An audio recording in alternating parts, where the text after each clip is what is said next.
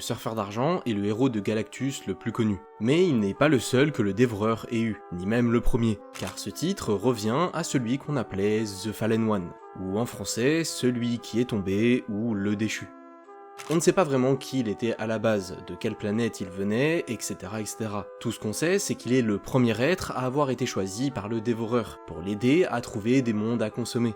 Sauf qu'au lieu de l'infuser d'une fraction de son pouvoir cosmique, comme il l'a fait avec tous ses autres héros par la suite, ici, à la place, il a choisi de l'imbiber de matière noire. Ce qui, avec le temps, l'a rendu complètement fou, au point de se rebeller contre lui et d'essayer de le tuer à de nombreuses reprises.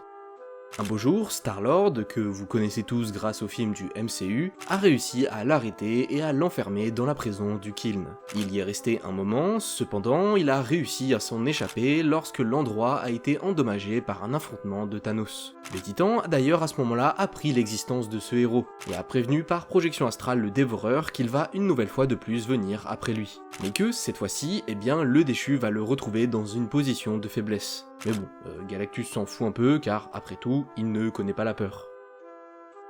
Un peu après, Fallen One est arrivé auprès de son ancien maître, mais après une courte discussion où le Titan a essayé de lui expliquer que Galactus existe car il doit exister pour l'équilibre de l'univers, l'ancien héros s'est simplement fait téléporter par Galactus à Thanos, pour que ce dernier s'occupe de son cas. Un violent combat va avoir lieu entre les deux entités, duquel Thanos va ressortir vainqueur évidemment. Après l'avoir vaincu et reconnaissant son potentiel, le Titan l'a asservi mentalement, pour que dorénavant, et jusqu'à sa mort, il le serve en tant que héros de Thanos. C'est plutôt stylé en vrai. Un peu plus tard, pendant l'événement à Annihilation, le déchu a été envoyé par le Titan pour trouver l'entité qui est appelée le Maker. Alors rien à voir avec le Reed Richards de l'univers Ultimate, ici le Maker, c'est ce qui est devenu le Beyonder du premier événement Secret Wars. Sauf qu'en arrivant sur place, il a trouvé le Maker mort, et manque de chance, les entités cosmiques Aegis et Tenebrous étaient présentes sur les lieux. Les dieux l'ont ensuite capturé et ils l'ont tué hors champ, avant de montrer son cadavre à Thanos. Ouais, il est mort comme une merde sans même qu'on le voie. C'est très triste.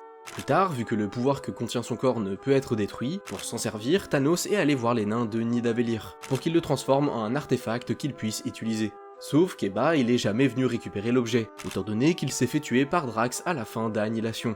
Et si vous voulez savoir, plus tard l'artefact a été récupéré par Yondu.